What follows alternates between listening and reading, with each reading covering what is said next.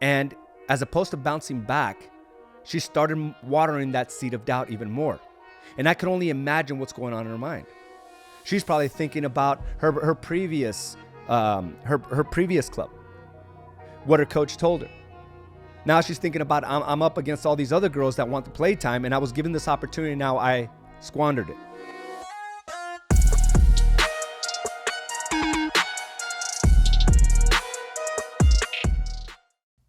All right, welcome to another episode of Mindset Mastery. As you're coming on board, please say and check in, say good morning, and I want to thank you again for joining me for this episode of Mindset Mastery. And you know, I just spent the last 3 days as part of a tournament. Both of my daughters were in a 3-day tournament, which started on Saturday and it stretched all the way till Monday morning.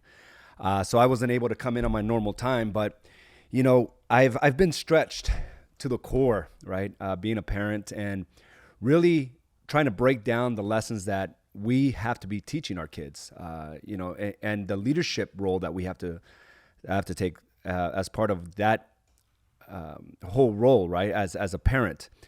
And I remember growing up, I don't think it was a lot of coaching or mentoring. It was just more of teaching the lessons and discipline.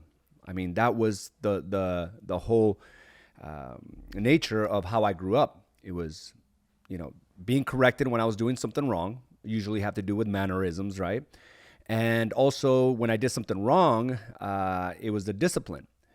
But I wanted to take a different approach with my kids. Not to say that the way I was brought up was bad. I just think there's a better way. And I've done a lot of study over the years, and I've been able to pinpoint what my role is with my kids. And it really is to coach and mentor them. I need to treat them as young adults, as young individuals that are looking for the same awareness as we are as adults, right? They're looking for the lessons in life. They're looking for growth and expansion in anything that they do. And this weekend has been a little tough for my eldest daughter. She got an opportunity to show her skill sets, right? She's on a new team, and I'm going to go ahead and cover that on how she came to a new team, but she didn't fare too well. She made some mistakes and wasn't given an opportunity to play on the second day. Very limited, very little time. And I think it stemmed from, a couple months before that. You see, my daughter in high school played her most skilled games that she ever has. She was on her game because of the previous season, right? She had a chip on her shoulder. So she spent the entire summer working out. She spent that time really building on her skill sets, and she came into the high school year and just completely dominated her space. In fact, she was high school all-state, right? First team in her division. And she was coming off a high. She worked for it, and she understood that if I work for it, I have to do the things that others are not doing, right? Because anybody can show up to a practice. Anybody can go and exert themselves when everybody else is doing it. But it's what you do outside of that that's really going to separate you. And she had that summer, and she built herself up. Her confidence, her certainty, everything was through the roof. I remember just sitting on the stands, and I can see her poise. I could see her demeanor. I could see her focus and intention. And it was great. She had the best high school year ever, right? And she's a junior. As a matter of fact, she was chosen as a captain of her high school team. So right after high school, there is this thing called club. And it starts as soon as high school is over. And she's been on this club for 7 years. I mean, she loved this club. I mean, it was one of those things where she was synonymous with this club. And this club has grown a lot of popularity over the years. They're one of the best ones out there. And I'm not just talking about the state. I'm talking about the entire nation. And they finally got their own facility, which means there's a lot of people now coming in, because before it was, different locations, practices were held at different locations. So it was very inconvenient for a lot of parents. But now that they have their own facility, they're able to draw more girls in, and they're located centrally. So they're drawing people from the Southeast Valley, from the North Valley, from the West Valley. They're drawing people from all over town. And so in the day that she went out there to try out, there was 50, 60 plus people in that same club, same age group, trying to make the team. And she was coming off this high. She thought, well, I've been here for so long and I did really well in high school. It should be no problem. Well, there is always a problem, right? Whenever you go into a different season, there's always different people that are now making choices, that what appears to make choices for you, right? Whether it's a new client or whether it's a new position. These people don't really know your history. They don't know how much you have been through and what adversities you've overcome. So Abigail came into this and only to find out the day before the actual tryout, she talks to her coach and her coach says, well, there's a chance that you may not make it, right? And I don't think it was necessarily based on her skill set. I think it was just based on the limited amount that he actually saw. So I don't blame the coach whatsoever. And there's a part of me that felt a little disgruntled. Here is my daughter that's been playing for this club for the last 7-8 years. And unless somebody is head and shoulders above her skill sets, I figured you got to go with the people that have been loyal to the team. But that's not the case. That's not how life is, right? We always want that loyalty. And that's where I used to fall back on. Like, I used to watch individuals come through the doors of A's and Associates broken, right? Broke and broken. And then I would see them build themselves up. And then a part of me would get upset when they would go out and leave. But here's the reality. It's business. And for them, the reality is if they see a better skilled person, they're going to go with that person. So I couldn't hold on to those feelings for long. I had to let go and just refocus on what I do. And that's the same thing that Abigail should have done is refocus on what she does. But here's the thing that happens sometimes. A seed of doubt is planted. Okay, so she's coming off her best high school year. And now she's told at her club that she's been there for 7-8 years that it's not good enough to make this team, right? In not so many words. I mean, when somebody says you may not make it, that's what they're essentially telling you. And that's the way she took it. And it was such an emotional process for her, right? Because she felt abandoned. She had loyalty and she felt like she was just left on the side of the road. So we had to go through that whole roller coaster of emotions for her. The disappointment, right? Almost like when you go out and try to get a listing appointment of someone you know very well and they end up going with someone else, right? There's a sense of abandonment. Or maybe it's a family member that you went to and they ended up going with somebody else. And you're like, wait a minute, where's the loyalty? Well, it stemmed from, that arena. And it's not like she could present what she did in high school to them, a video to her coach to show her, hey, I am good. You can't judge me based on who I was last year. All he had to go on was based on her coach from last year and whatever insights he gave about Abigail. But Abigail had grown so much beyond that. She wasn't the same person she was the previous year. So I don't blame the coach. Okay? But when you're in a place where you don't give yourself options, you're almost left to scramble to find another option, right? Because her heart, her soul was based on this club, and now they told her you're not good enough, and not in so many words, right? So now she goes to this new club. Everyone is new in this club, right? Like she's never been part of this club. She's never been a part of any other club.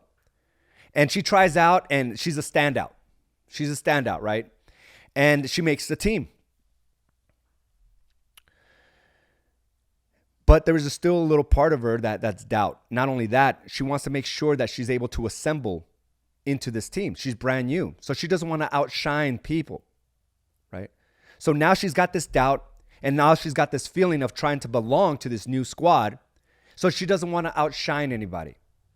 So when you go into a situation where you're just trying to fit in, as opposed to just being your true self, you're always going to leave something on the table. And I believe that because she's transitioning in, she got this seed of doubt, and she nurtured that doubt, right? And there's always this thought process of like, hey, you got to take this seed and you got to nurture it and water it, and you're going to watch it flourish. Well, the same thing happens for things that can work against you, and doubt is one of them. So she goes into this and she's very apprehensive. It's very different. Now when I watch her from the stands, everything is like she's not confident the way she was in high school. She's not as certain, as intentional. Her demeanor's a little off. Even her shoulders a little bit drooped, right? Here you are, abandoned by who you thought was, had your best interest in mind, only to find out you didn't even make the team. So she's going through this whole roller coaster of emotions. I can only imagine. She's 16 years old, right? If it's hard for us as adults to navigate through all this roller coaster of emotions, I can only imagine what it's going through at 16. It must be her entire world. She must think that everyone knows that she wasn't good enough in her mind, when those weren't the words that her coach used. But in her mind, everyone knows she was synonymous with this team, and now she's on this other team. So now fast forward, she's doing her best. She's getting used to the team and everything else, but she's not the same person she was just 6 months ago in her high school team. And so we have this 3-day weekend, and she was given plenty of opportunities, and she made one too many mistakes in a row. Now, one thing about volleyball or any sports in general, volleyball is you have to win two sets out of the best of, three, the best of three, okay? So you have to win 2 out of 3. And it's scored up to 25 points, which means every game has somebody that made 25 mistakes, right?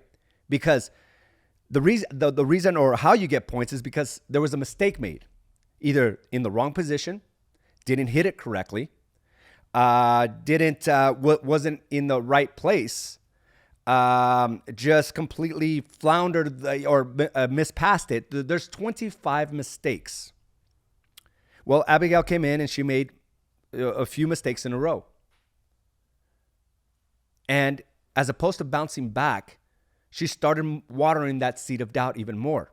And I could only imagine what's going on in her mind. She's probably thinking about her previous club, what her coach told her. Now she's thinking about, I'm up against all these other girls that want the play time, and I was given this opportunity, now I squandered it. So I saw her demeanor just diminish. And that night, I had a chat with her. And she's emotional, and she says, and we talked about doubt. And this is where I appreciate my own understanding of my emotions and my own behaviors. I mean, we all go through this, right? Especially owning a business. It is a roller coaster of emotions most won't understand. I want you to understand this, that 9 out of 10 of the people that you know don't understand the emotions you go through, the roller coaster of the feelings, and constantly being on the hunt to make sure you can cover your bills and continue to grow and expand your business. Most people in your life just don't understand that because they're not in the same situation. And I appreciate the lessons I've learned through life just because I can talk to my daughter now. And she's very bright. She's very smart, very in tune with, trying to learn the lessons in life. And she asked me, Dad, how do I overcome doubt? And my answer was very simple. I said, you got to remind yourself of who you are.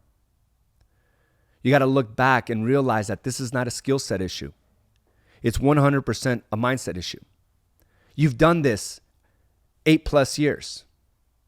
You know how to pass the ball. You know how to be in the right position. Somebody planted a seed of doubt and you continue to water it. So we went through this entire process because I wanted her to understand. I just didn't want her to just hear my words. I wanted her to go ahead and repeat this back. And if you're a parent, we think that they're able to receive what we're trying to advise them on, right? And that's why I always ask this question, what did you hear? I want you to repeat it to me. What are you understanding from this conversation? But this time I decided to go even a layer greater, because I needed her to understand that what's happening right now on the court has nothing to do with anyone else but herself.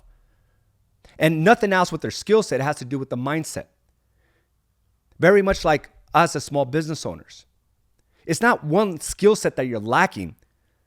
It's that seed of doubt that somebody planted within you. And it could have been yourself. And you continue to water that on a consistent basis. Now everything's more difficult. Everything's beyond your control and beyond your reach. when in fact you have every solution within you to get to that next phase. But sometimes we have to take all these thoughts that are bouncing back and forth in our heads, where everything seems chaotic, and just give it a funnel to flow out of. Give it an intention, give it a focus. And this is self-analyzation that will take you very, very far in life. So I'm in a very fortunate position to be able to have these conversations with my 16-year-old and my 12-year-old. These are lessons I didn't learn till my mid-30s. It's about how to be able to stop these negative thoughts, how to be able to refocus with intention and conviction. So that Saturday night, after she made those mistakes, she's feeling down. She's feeling down on herself. Again, she's come into this club not really trying to outshine anybody else because she wants to be liked. And she's wounded, right? She's wounded from her previous club. And I sent her a text, and I read this to her out loud, and then we went through an exercise. And I'm gonna go ahead and tell you how we did that. So in case you're ever in this rut, you could walk yourself through this. In case your children are in this rut, you could walk them through this. Because we got to be able to stop the madness when it begins. Otherwise, it starts building this momentum that sometimes we can't control. And as adults, we plunge into this form of depression or over anxious. When in fact, we can stop this before it gets to that point. And I brought out this old, this quote. And it's the greatest fear, and you've probably heard it. It's by Marianne Williamson. Marianne Williamson. Our greatest fear. And I sent it to her and I told her, I need you to read this on a consistent basis in addition to the exercise we went through. And I'll go through this in just a second, but I'm going to go ahead and read this to you. And you probably heard it before. But I remember reading this for the first time in 2014 as I was experiencing my own forms of doubt, when I was comparing myself to others and thinking that I could never get there. And it was not that I could never get there, it's that I was too focused on others as opposed to just focusing on what I should do on a daily basis. Our greatest fear. It is our light, not our darkness, that most frightens us. Our deepest fear is not that we are inadequate. Our deepest fear is that we are powerful beyond measure. It is in our light, not our darkness, that most frightens us. We ask ourselves, who am I to be brilliant, gorgeous, talented, and fabulous? Actually, who are you not to be? You are a child of God. You playing small does not serve the world. There's nothing enlightened about shrinking so that other people won't feel insecure around you. We were born to make manifest the glory of God that is within us. It's not just in some of us, it's in everyone. And as we let our own light shine, we unconsciously give other people permission to do the same. As we are liberated from our own fear, our presence automatically liberates others. So we discussed this for a few minutes. And I asked her, when you play below your standard, you drag the entire team down.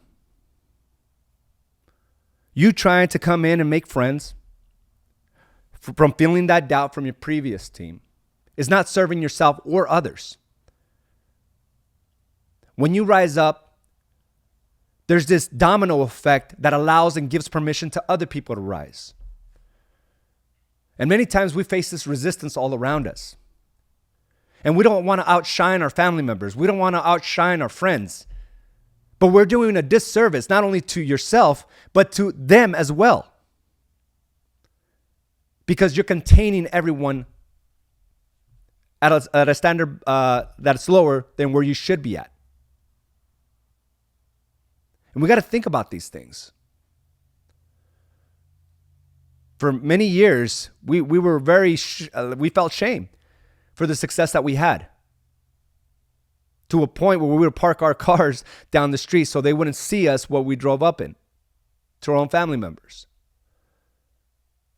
I didn't realize that I was doing a disservice to them as well as myself, because I limited how much success I can actually get.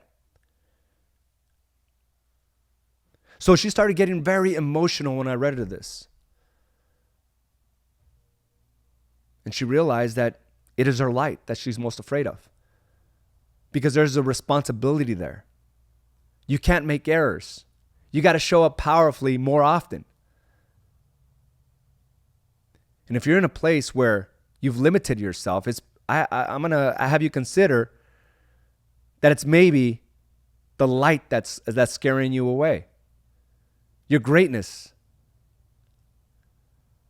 because of the responsibility that comes with it. And we have to think about these things. Anytime we're not pushing hard enough, it's because we want to avoid the responsibility that comes with it. Not everyone can do it. Like I said, 9 out of 10 people don't even understand the roller coaster of emotions you're going through. But there was this exercise that we did. And I think everyone should be able to do this. Now, we do this every 90 days, but I think we could break this down in any situation. And it's asking ourselves the right questions. Asking ourselves the right questions. And this is something that I have on the 12-week target book. And it starts on page 31. Now, some of us only do this once a quarter, once a year, right? But this is something we could break out and analyze at any time, and even with our kids. So we can go ahead and redirect our mind from being chaotic to just having a target, having something to focus on, to bring calmness to the chaos. So, again, I would highly encourage you use this for yourself, and you also use this for your kids. And again, asking yourself the right questions. So I use this as a guide to just have this discussion. It was so good because we spent a good half hour just talking.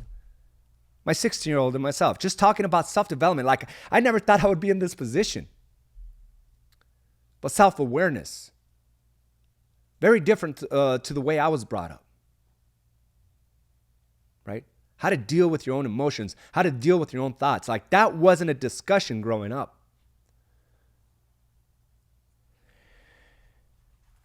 So we went through this process, and I used this as a guideline. I said, the first question is, where are you at today? Where are you at right now? And in this case, it says your business, but I told her, where are you at right now with your volleyball game? Where's your mindset at? How's your passing? How's your serves? How's your demeanor?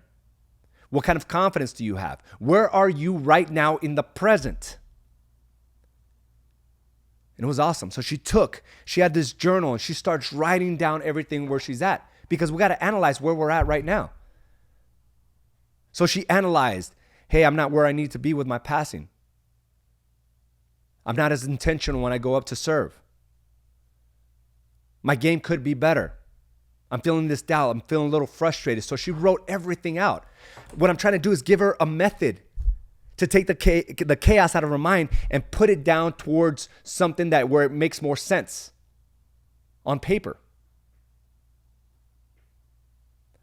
The next question is,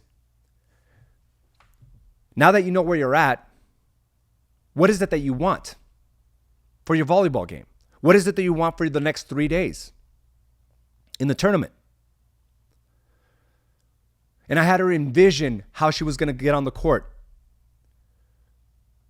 I had her envision what it was going to look like when she went up to serve. How she was going to be when she was on the sidelines. What she wanted overall. She wanted to be confident again. So we discussed that. And I said, now that you know where you're at and where you want to go, what action items do you have to take to ensure that you're able to achieve that? And this was a great exercise right here. because she came up with all the solutions. Understand that you already have the solutions to your problems, but somehow you were led to believe that it's outside of you.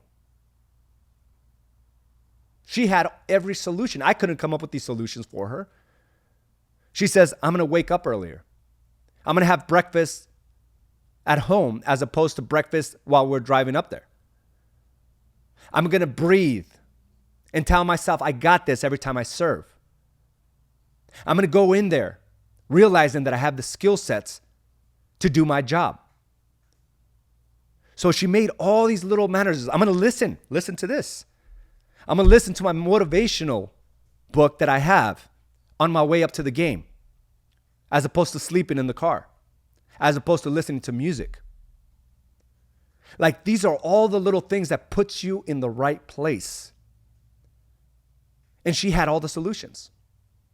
The next question is, what obstacles will hinder you from obtaining your targets? And we all know this. We all know the thoughts that hinder us. We all know how maybe getting beat out of a purchase contract puts us in this place where we feel defeated. So she says, what obstacles will hinder you from obtaining your targets? And she said, it's my thoughts. Being lost in my thoughts, not focused, not being intentional, beating myself up whenever I make a mistake, thinking about the error that I just made as opposed to focusing on the next point. So she's writing all this thing down. She actually had to turn over the paper and she's writing this out. And I'm just sitting there. I'm holding space.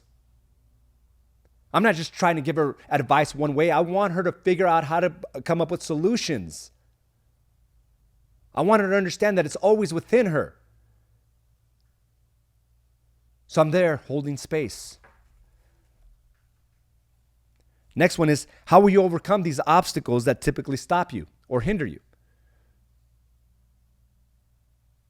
She said, I'm going to remind myself how good I am. I'm going to go ahead and realize that I have to get focused on the next point. Errors are going to happen. I'm not going to allow myself to allow my thoughts to get the best of me. I'm going to shake it off. I am going to come in with a good attitude.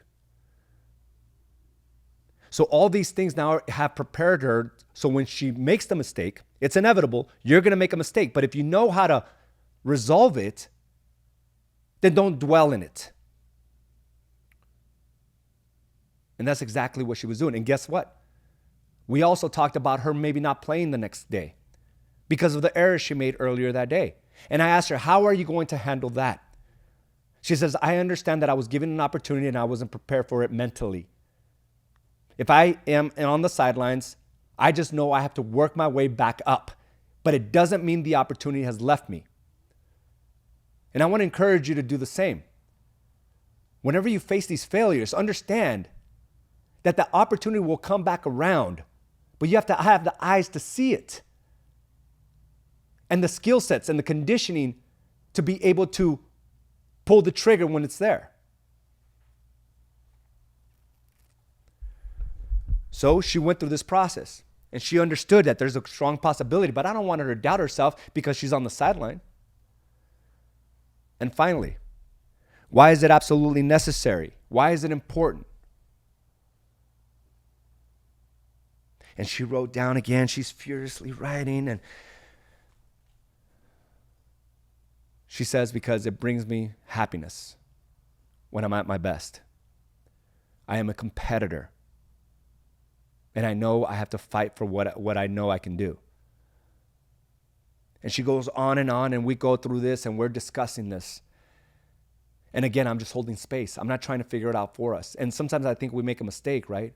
We come in as a savior, try just to give the advice one way, when we have to give our kids the opportunity to figure this stuff out on their own. And sometimes we have to do the same for our spouses, for our siblings, for our parents. Advice is not good enough. Having them figure it out goes a long way.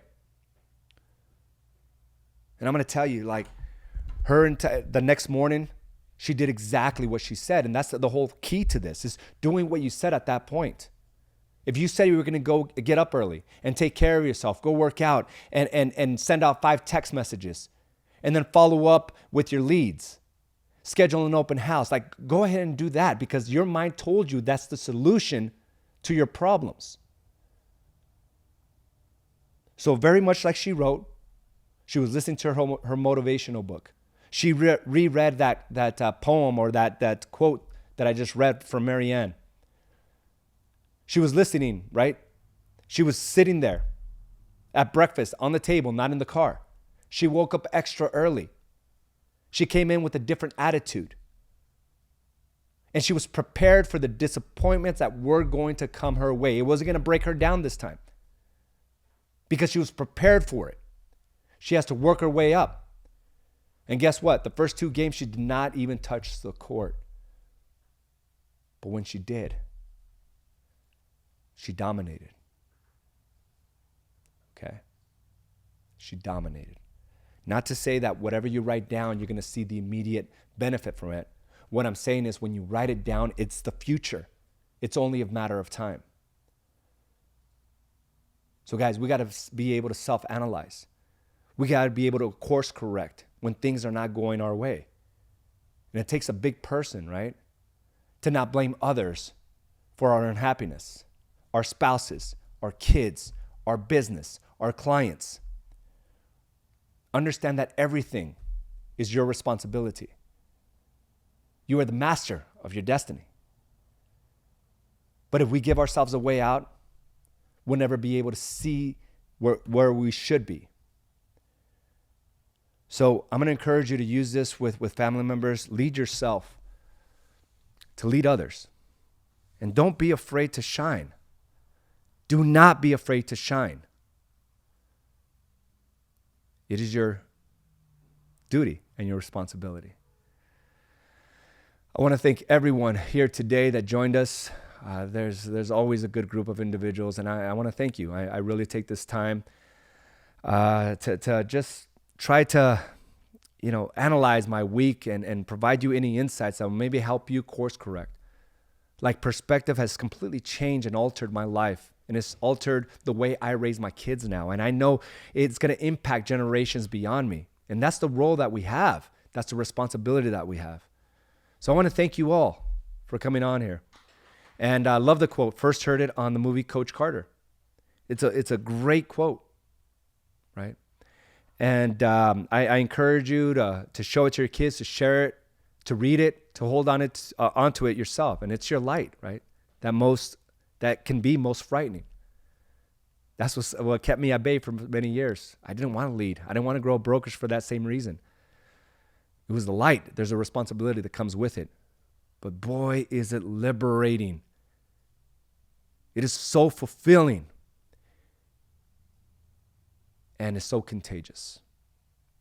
Thank you again for joining me for this episode of Mindset Mastery. Have a great day, and I will talk to you soon. Thank you for joining us for this episode of Badass Agents Podcast, brought to you by AZ & Associates and Do the Work Coaching and Consulting.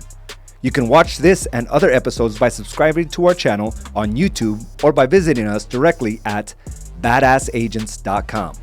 And of course, you can listen to this episode and many others on your preferred podcast provider.